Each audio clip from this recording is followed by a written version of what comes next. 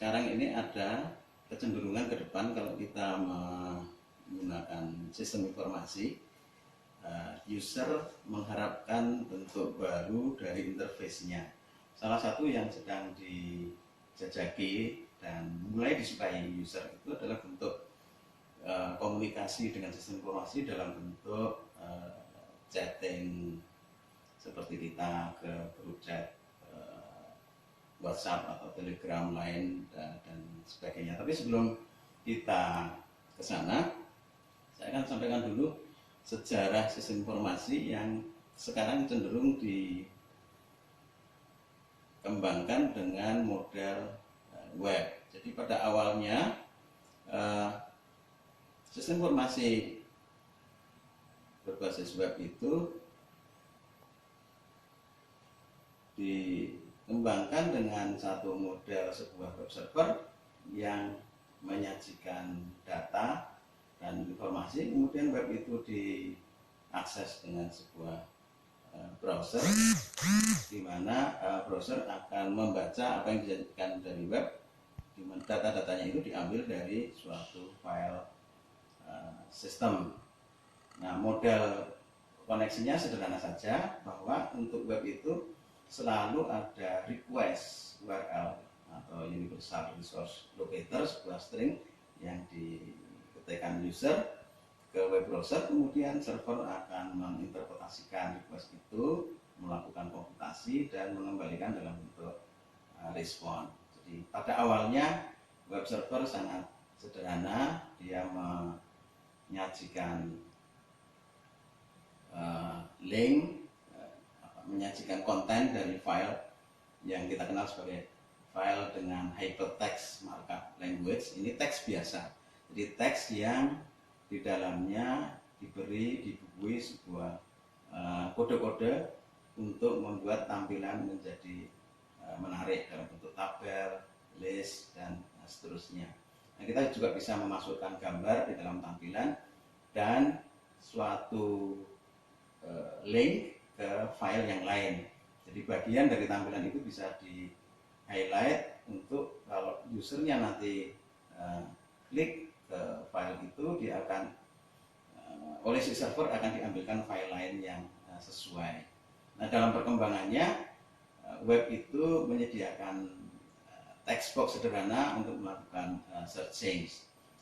Belakangan di HTML yang lebih baru itu disediakan fasilitas untuk membuat graphical user interface dalam bentuk text box atau text area, kemudian button dan sebagainya, yang pada dasarnya ketika si user itu klik ke button OK atau apapun, submit misalnya, kemudian dibentuk seperti user itu mengetikkan request yang akan dijawab oleh server setelah menginterpretasikan request itu dan mendapatkan datanya dari file system. Nah, di sisi lain kita sudah memiliki satu model komunikasi yang menggunakan conversation dengan sistem chatting. Nah, pada umumnya chatting atau pada saat ini chatting ini melayani percakapan antar user. Jadi percakapan ini bisa orang per orang sesama user atau orang ke kelompok atau grup chat yang dibentuk oleh para user itu sendiri. Nah, dalam perkembangannya sistem informasi kemudian diimplementasikan dengan model application programming interface. Model ini memisahkan antara sistem yang mengkomunikasikan konten dengan user, dipisahkan dari modelnya. Jadi model itu adalah bentuk struktur data penyimpanan informasinya. Nah, di sini kemudian si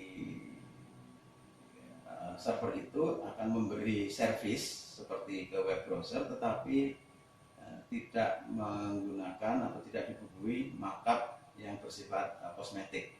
Jadi input outputnya hanya request dan responnya dalam bentuk data sepenuhnya, tidak memuat recursive kosmetik.